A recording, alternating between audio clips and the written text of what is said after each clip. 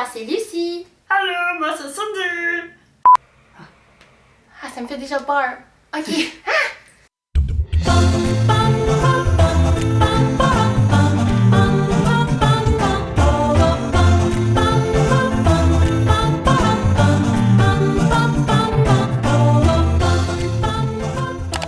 Hi. Hi! Aujourd'hui, je suis avec Cindy. Fait que dans le fond, aujourd'hui, on a deux choses à vous parler. Premièrement, on a une nouvelle très très excitante, mais on va y arriver dans 2 secondes. Deuxième affaire, je vous ai demandé de m'envoyer sur Instagram vos histoires paranormales. Puis oh my god, que yo, il y en avait tellement! J'ai essayé de faire une sélection, puis même là, j'ai même pas réussi à tout vous lire. Là, fait que, en tout cas, j'en ai ressorti celle qui faisait le plus peur. Je voulais pas filmer cette vidéo, mais bon. Mais avant de en arriver à ces histoires, on a une nouvelle vraiment excitante! Oh, mais non, c'est fucking important, fucking excitant, fucking nice! Roulement tambour! Oh non, c'est une brand! Je sais pas si vous avez remarqué, là, mais comme. Tu sais, comme. On a créé notre brand qui s'appelle Girl Crush. On va commencer du début cette histoire, ok? Donc ça remonte au mois de janvier dernier quand on est allé à LA. Puis là on était entre girls autour du feu, on buvait le vino, puis là on parlait de sexe, puis tout ça. Puis là, out of nowhere, je voulais dire, je m'en crisse, ça sorti, je m'en clé pas. On trouvait ça tellement drôle qu'on était comme, oh my god, c'est tellement une nice phrase, fait qu'on va mettre ça sur un hoodie.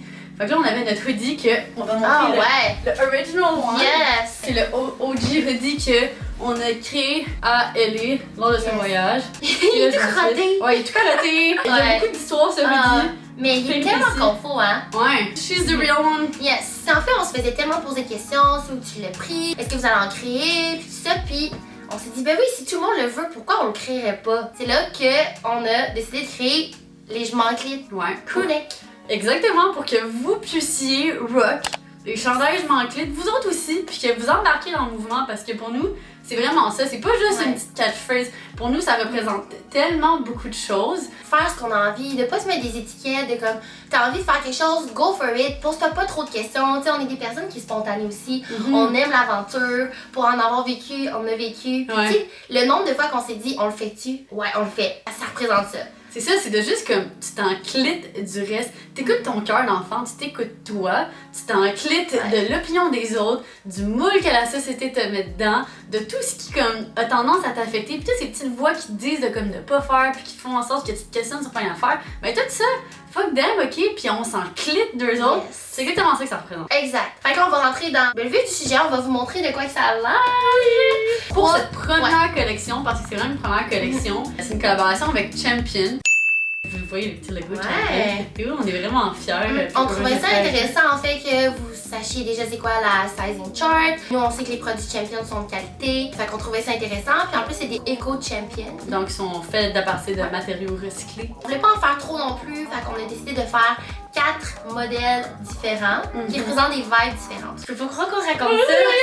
Ils ont tous un nom qui leur est très précis et comme qui les représente vraiment bien. Puis qui nous représente aussi. Qui nous représente vraiment bien. Celui-ci, c'est le crewneck I'm always working parce que we're always fucking working. Là, il est 9h puis on est en train de filmer une vidéo parce que toute la journée, on a vraiment commencé à 7h, 8h puis on travaillait non-stop. Mais ça, c'est tout simplement parce qu'on est vraiment passionné par ce qu'on fait. Aussi, comme ça se porte bien dans la vie tous les jours si tu veux work puis tout. Fait que, il est super simple, il va avec tout. Puis en plus, tu peux être un peu plus funky puis le mettre avec des pants de même. Il est trop beau. Je tripe vraiment. Puis on a fait plein de styles. Vous allez voir ça sur le Instagram. Pour ma part, j'ai le Always Thinking. C'est le seul long sleeve qu'on a. Donc on a fait 3 crewnecks, un long sleeve. Puis encore une fois, il y a le petit Champion. On trouvait que blanc, ça allait avec tout. Puis vous allez voir un peu les palettes de couleurs, mais il y a comme le Je m'en clé en dark green, ce que je trouve vraiment beau aussi. Puis ça fait plus automnal justement. Le prochain modèle, c'est un crewneck qui est vert foncé, mais avec une écriture. Wow! Nous, on a vraiment eu un coup de cœur pour cette couleur-là, surtout cette saison-ci. And her name is The always ready. Parce qu'on dirait que comme ça, chandail-là qu'on le met, on se sent vraiment ready to go on an adventure, ready à faire ta prochaine genre connerie, puis comme avec tes amis pis tout. Ça représente sa personnalité. On a appelé cette première collection le Starter Kit. C'est le début pour Girl Crush, parce que c'est le kit de base de Girl Crush, mais c'est aussi le kit de beginners genre kit. Genre cette collection-là est vraiment vibe université puis comme école pis tout ça. Fait que tout ça porte vraiment bien. Et le dernier et non le moindre, c'est le dernier parce que c'est le Always Late! On venait avoir un crewneck qui était gris, puis on trouvait ça vraiment beau, l'agencement justement avec la couleur menthe encore une fois. J'aimerais ça vous voyez en vrai. Avec la lumière puis tout, avec la cam pis tout, les couleurs sont peut-être pas aussi exactes, mais en vrai honnêtement il est tellement beau là. Au niveau du nom, c'est définitivement le crewneck qui nous représente le mieux. Parce ça que pas d'allure. On est always fucking late. Ça nous présente puis on l'assume. C'est comme le petit défaut, mais pourtant c'est un de mes préfs. I love it. Yes. Dans ces grandeurs-là, on a tous pris des larges parce que vraiment celui qu'on a à la base fait à LA c'était un large. Mais on a de toutes les grandeurs, donc on a de small à X large. Tu sais, vous allez voir les photos pis tout, le style qu'on a c'est vraiment baggy. Mais je me vois vraiment bien en prendre un small, mettons, puis le couper pour faire genre un crop. Puis comme le style différemment, ça peut être vraiment nice. On va vous procurer la merch à partir de vendredi midi. Fait que vous êtes mieux d'être les premiers sur le site web parce que la quantité est très limitée. Puis ça dure pas longtemps. Ça va pas durer longtemps. Très limité. C'est très limité. J'espère que vous avez compris. Faut que tu sautes dessus dès qu'il sort. Sur le site de Girl Crush, donc c'est le girlcrushgang.com. Tout va être dans la barre de description. Puis ben on a vraiment hâte de voir votre feedback puis savoir qu'est-ce que vous en pensez. Y'all better hurry up and get yours! Yeah! Fait que là, maintenant qu'on vous a dit cette nouvelle ultra méga giga importante qu'on est vraiment excités, maintenant on peut commencer la vidéo et embarquer dans vos histoires paranormales! Fait que pour ce faire, on va se mettre dans un petit mood moody, spooky, spooky, c'est ça qu'on dit? Ouais. Spooky mood! Season! Ok. 1, 2, 3. Ah! C'est... On a la petite bougie, fait que si pendant cette séance de racontage d'histoire paranormale, il y a un esprit qui est parmi nous, il va pouvoir se manifester à tout. Ah, j'aime pas ça, t'es pas drôle! Fait que commençons ça. Attends, on a oublié une décoration vitale. Comment on l'appelle? Birdie. Oh non, c'est le nom du tuteur à mon ami. Je te jure! D-Bird. D-Bird? Non! Birdie, D-Bird. On est fatigué. Je pense qu'on est fatigué, guys. Il est 10h30, on a une colle de secondes journée, ok? Ok. Tabernan. Quoi? T'en en clit? Ok, celle-là m'a vraiment fait capoter. La fille nous raconte. Je m'en allais à un party d'Halloween il y a 2 ans et j'étais dans l'auto avec 3 amis. C'est pas moi qui conduisais. Et on était sur une route vraiment sombre mais qui allait en ligne droite. Genre, il y avait aucune courbe et soudainement, l'auto a complètement shifté à droite dans le fossé. Il y avait aucune autre auto sur la route et mon ami qui conduisait était 100% sobre. Mais bref, on s'est ramassé dans le fossé vraiment rapidement. Et quand on est sorti de l'auto pour s'assurer que personne n'était blessé, j'ai pris une photo de l'auto pratiquement démolie. Et dans la photo, il y avait une face d'humain vraiment blanche. Encore à ce jour, personne ne sait c'est quoi. Et mon ami sait pas comment l'auto a shifté de même. Et c'est pas l'éclairage ou whatever, parce que j'ai plus trop quelle photo. J'ai demandé à la fille de m'envoyer la photo. Fait qu'ici, d'ici au moment que vous voyez la vidéo, je la reçois, je vais la mettre. Mais honnêtement, je trouve ça fucked up. Mais j'ai vécu quelque chose de semblable. Fait que j'étais allée chez mon amie Marilou à Gatineau. Je suis partie de là, il était quand même tard. Là-bas au Caresse, là, il y a vraiment pas beaucoup de réseau. Genre, fait que j'avais vraiment de la misère avec mon GPS. C'est comme si genre, j'étais toujours découragée, je me ramassais comme dans un cul-de-sac, il fallait que je retourne. Tu sais, on est habitué de suivre nos GPS puis on a comme pas full notion vraiment de l'espace.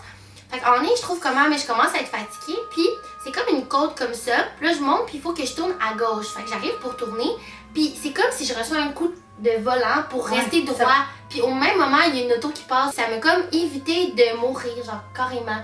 Puis pour vrai, j'ai toujours ressenti que c'était comme mon père ou quelqu'un qui m'empêchait de vivre un accident, mais je te jure que j'ai vécu ça. Puis là, je capotais, sérieux. C'est comme si tout allait mal cette soirée-là par rapport à comment me rendre chez nous. Puis là, ça m'a tellement réveillée, là. Tu sais, justement, j'étais comme un peu plus slow-mo. Genre, ça a vraiment donné un coup pour pas que je meure. Il y a une auto qui est passée. Ça me donne des frissons. J'y crois vraiment, là. C'est sûr que c'est parce que justement, il y a comme ton père, mettons, qui veille sur toi, puis il savait que c'était pas ton heure. Ah, ça m'a fait tellement peur, puis depuis, ben, tu sais, je conduis vraiment pas quand je suis fatiguée. Mais je sais pas si t'en as déjà parlé sur ta chaîne, mais tu sais, moi, je crois vraiment à ça, comme tout ce qui entoure les esprits, puis tout. C'est juste que j'ai vraiment peur, puis je sais pas pourquoi ça me pogne. Genre, c'est comme, je sais tellement que c'est réel que je veux pas, comme, le voir. Moi, j'y crois à 100%. C'est juste que beaucoup de personnes ont de la difficulté à croire à ça parce que c'est pas quelque chose que tu vois, puis aussitôt que c'est quelque chose que tu vois pas, c'est comme. t'as de la misère à y croire, mais tu sais, c'est pas parce que nous, c'est de cette manière-là qu'on perçoit les choses que ça existe pas. Exact. C'est juste que c'est une manière que c'est pas tout le monde qui perçoit. Il y en a des humains qui sont full réceptifs à ça, puis qui sont capables de voir ça. Ou, tu sais, justement, les jeunes enfants, puis tout. Puis ça, on va en venir, il y a plein d'histoires avec des jeunes enfants. Ah ouais, on continue. Fait qu'on va continuer. C'est une histoire arrivée à mon père quand il avait 15 ans. Lui pis sa gang jouaient au Ouija une soirée dans son sous-sol. Un des boys a décidé d'arrêter de jouer sec puis s'est levé pour partir. Déjà là, on sait que c'est un big no-no quand tu joues au Ouija. Mon père lui a dit de se rasseoir parce que tout le monde sait que tu peux pas quitter la table sans dire bye. Donc il est quand même parti. Les autres boys ont suivi et la soirée s'est terminée là. Fait que genre tout le monde s'est levé d'un coup et est parti. Mauvaise idée. Ouais, mauvaise idée déjà. Cette nuit-là, mon père a pas rangé le jeu, il l'a laissé sur la table en vide du salon du sous-sol. Vers 2-3 heures du matin, la table en vide sous le board a explosé en 1000 morceaux. Ça a réveillé toute la famille qui se sont pas vraiment posé plus de questions. Moi, ma table en vide du salon avec moi, en 2 heures du matin, je me pose des questions en tabarnak. Là. Le lendemain matin, mon père est allé jeter la game dans la rivière derrière chez lui parce qu'il savait clairement que ça avait rapport. Avant de la lancer, il la pète en deux et la regarde passer avec le courant. En arrivant chez lui, il se préparait pour aller à l'école quand il est passé devant la porte patio et le board était là. Oh non, non, non, non, non, non, non, non, non, non. Ah, qu'est-ce que tu fais dans ce temps-là? Imagine, tu vis ça.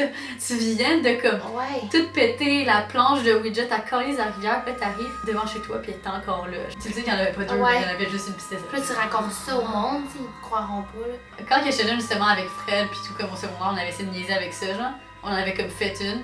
Mais je pense pas que ça avait marché pour elle parce qu'on niaisait tout. Genre, tu sais, dans ce temps-là, je croyais pas trop à ça, mais maintenant que comme. Je croyais ça, je toucherais jamais à ça, là. Non, no fucking way. Je vais les laisser en paix. Il y a bien trop d'histoires comme d'horreur par rapport à ça. Je suis crispée. Ça te stresse, genre? Oh my god! Tu m'as fait fucking peur! Salut, je voulais te raconter l'histoire de l'amie à ma soeur paranormale. Bon, en fait, elle était chez eux avec une de ses amies, puis elles sont allées dehors. Ensuite, elles ont entendu un bruit vraiment weird dans le garage, fait qu'elles sont allées. En entrant, il y avait la lumière qui flashait, mais il faut savoir que cette fille-là, l'amie à ma soeur, elle a beaucoup d'histoires avec les esprits et tout. C'est toujours les mêmes personnes, souvent. Hein? C'est juste plus réceptif à ça. C'est ça. Oh. Mais là, elle ressort, mon amie dit regarde là-bas, on dirait qu'il y a de quoi. Puis l'autre dit ah, va pas là, il y a un esprit qui va t'étrangler vu qu'elle est morte comme ça. Puis là, son amie dit t'as pas rapport. Puis elle les voit 5 minutes plus tard, elle revient. Puis elle dit j'ai mal au cou. J'ai mal au cou, puis elle s'évanouit. Donc l'amie à ma soeur capote, mais elle se réveille 2 semaines. 2 secondes après. Puis elle se rend à l'hôpital, puis la fille a un torticolis sévère et 3 vertèbres affectées. What the fuck? Mais imagine juste, admettons, t'es avec une nouvelle amie, genre tu viens de rencontrer cette fille-là. Puis là, ton amie a dit non, va pas là. Il y a une esprit qui va t'étrangler, elle est morte comme ça. Mais comment qu'elle sait ça? Elle, clairement, elle le voyait, là. C'est juste une fille qui, comme, j'imagine, full réceptive à ça. Mais c'est fou qu'elle a eu des vertes. Ouais, c'est ça. De là à aller jusqu'à quelque chose que, tu sais, ça prend une affaire physique pour te faire changer à l'intérieur de toi, je sais pas. Ça m'a pris mes frissons cette histoire-là. Ça me donne genre les larmes aux yeux puis ça me fait peur. C'était il y a quelques années, j'étais chez ma grand-mère avec ma mère pour une petite fin de semaine relax. On était donc 3 générations. Moi, ma mère, ma grand-mère. Il manquait seulement mon arrière-grand-mère qui était malheureusement décédée. Le matin, moi et ma mère, on a décidé d'aller au cimetière pour aller la voir et lui jaser un peu. Et en revenant, ma grand-mère a proposé de jouer au Scrabble. On commence à jouer, tout va bien jusqu'au moment où c'est au tour de ma mère de piger ses lettres et qu'elle pige au hasard le nom de mon arrière-grand-mère, Irène. Fait que sa mère a pigé aléatoirement et ça a donné que c'était Irène. What the fuck? Ah, c'est tellement hot! Ouais. Puis après ça, moi je capotais ma vie, je me suis mise à pleurer. Je comprends, j'aurais eu la même réaction. J'avais des frissons, mais bon, hein, on peut rien faire, on continue le jeu. Quelques tours passent et ma mère repige ses lettres et elle pige ciel. Ben voyons. Puis tu sais aussi, si elle est devenue émotive, c'est qu'elle ressentait qu'elle était vraiment là, puis c'était pas le fruit du hasard. C'est ça. Fait que là, elle a dit, what the fuck, sérieux, là c'était trop. Surtout qu'on était à une table de 4 personnes et qu'on était 3 générations et qu'il manquait juste elle. Ah, t'as raison, c'est vraiment positif. C'est comme une belle manière, je trouve, de montrer que t'es là, tu sais, parce que ça fait pas trop peur. Toi, tu serais quel genre d'homme? Est-ce que tu voudrais genre venir jouer des tours comme. Moi, c'est. Ouais. Tu as peur? Vraiment. Puis en plus, j'ai déjà dit au monde autour de moi, genre, Marie, ok. Si, mettons, je meurs avant toi, là, genre, faut que j'aille enlever toutes tes capes de rouge à lèvres. Ouais. Là, comme ça, on va le savoir que c'est toi. Je veux pas avoir peur. Je mets ça out there. Je veux pas me faire avoir peur. Dans le fond, on sait pas, mais en ce moment, il y a genre 10 hommes dans la pièce qui nous regardent. Mais tu sais, actually, le bâtiment dans lequel on est a comme plus d'une centaine d'années. Fait que ça m'étonnerait pas qu'il y ait énormément d'histoires. Il y a quelques années, j'habitais dans une maison qui datait des années 30. Donc, une vieille maison. Et ma chambre était au bout du couloir. La nuit, j'entendais des cloches qui semblaient sonner directement dans ma chambre et j'ai trouvé ça bien bizarre. Des cloches? Je rêvais souvent que je dormais en étant consciente qu'il y avait plein de gens habillés en noir, avec les visages cachés autour de mon lit qui me fixaient et qui priaient. Et j'étais pas capable de bouger, de crier. Ça me foutait la chienne et je ressentais vraiment des présences dans cette maison-là et c'était traumatisant. À un moment donné, j'ai fait des recherches parce que je voulais savoir pourquoi je faisais souvent ces rêves-là et ça donne que dans les années de la construction de la maison, lorsqu'il y avait un décès, le curé sonnait des cloches. Les gens exposaient le défunt dans leur propre maison pendant des jours et la famille devait surveiller le corps durant la nuit et devait réciter des prières. Imagine tu découvres ça, genre imagine comme toi ça fait des années que tu fais ces rêves-là, puis tu penses que c'est toi qui est comme bizarre, puis finalement tu fais des recherches puis tu... Elle t'a même envoyé le site là.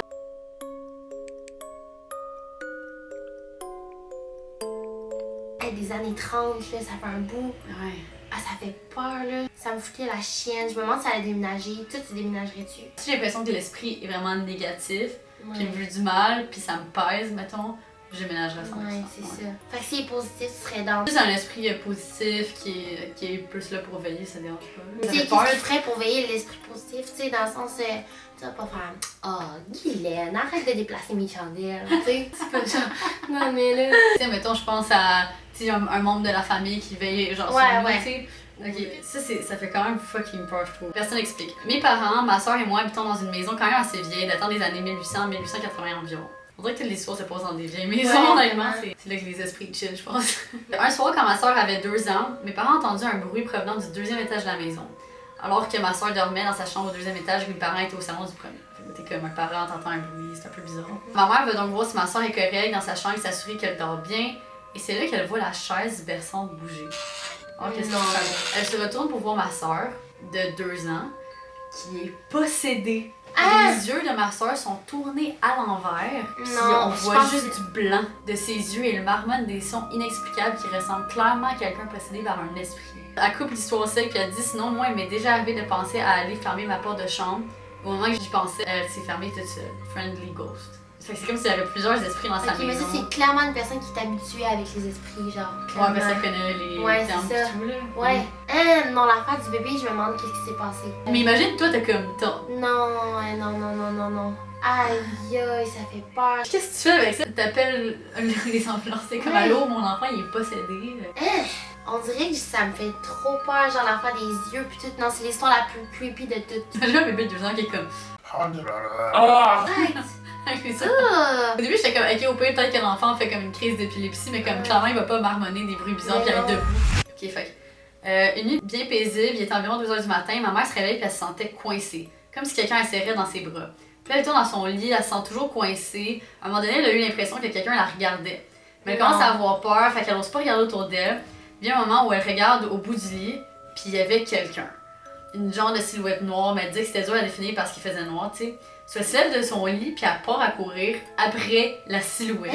Pourquoi tu serais après ça? Je sais pas, n'importe quel humain normal ferait genre. Ils font juste se recacher, ouais, c'est ça. Ben, guess que c'est comme fucking courageuse. Fait qu'elle se met à courir après la silhouette se met à courir, descend les escaliers, elle descend les escaliers aussi.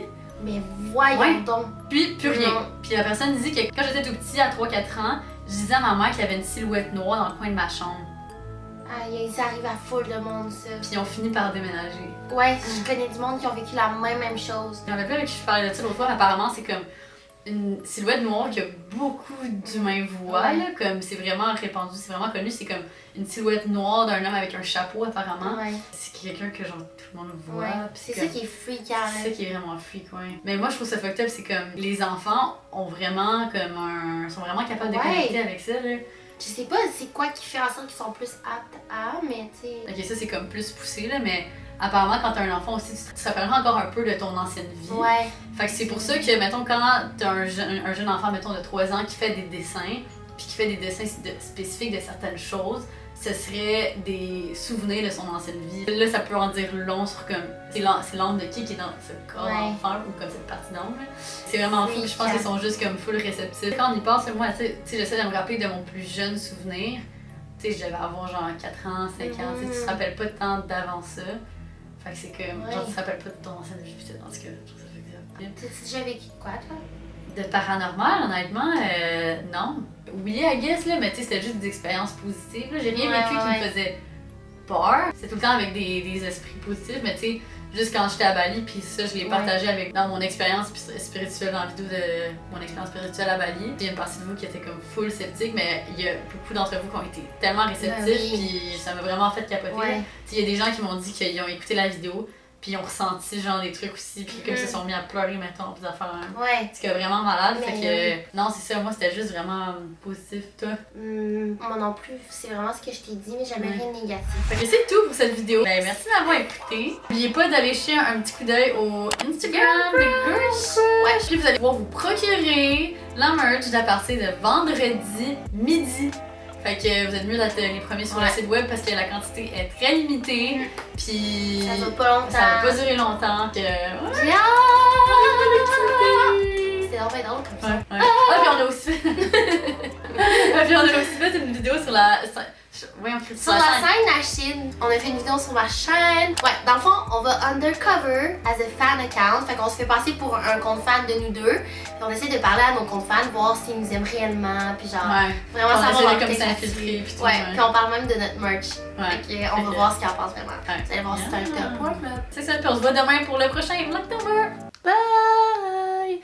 On se voit demain pour le prochain Vlogtober. N'oubliez pas d'aller acheter la merch de Girl Crush vendredi midi.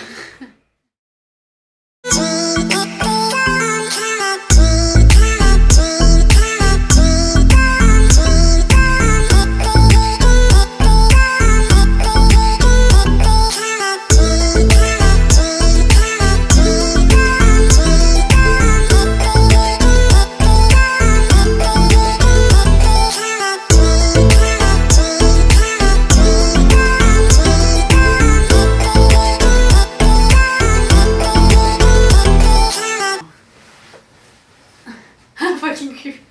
Yo, ça me fait peur, mais tu pourrais juste te dégager. Ça me fait peur de te faire peur. Attends, fait que t'es pas synchro. Il y a comme une partie qui allume, puis l'autre non. Ok. Ok, 1, 2, 3. C'est bon? Regarde, on a